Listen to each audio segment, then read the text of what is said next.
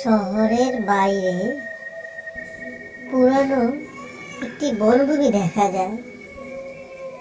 সেখানে কেউ যাওয়ার সাহস করে না।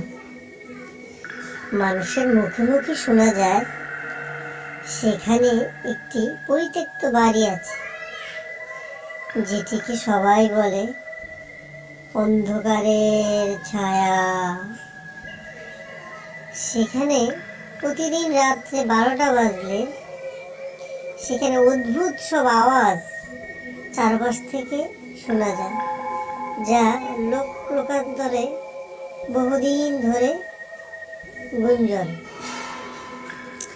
আর এই বাড়ির রহস্যের জট খোলার জন্য গ্রামেরই দুই বন্ধু অনেকদিন ধরে ভাবছে। তারা দুইজন, একজন হচ্ছে আকাশ আর একজন হচ্ছে তারা একদিন প্ল্যান করলো রাত্রেবেলা এই বাড়িতে ঢুকবে, এই বাড়ির রহস্য উন্মোচন করবে। তারা একটি টর্চ লাইট নিয়ে বাড়ির গেটে উপস্থিত হলো।